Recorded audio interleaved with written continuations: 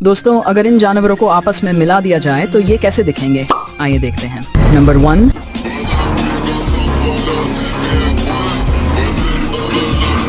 number 2,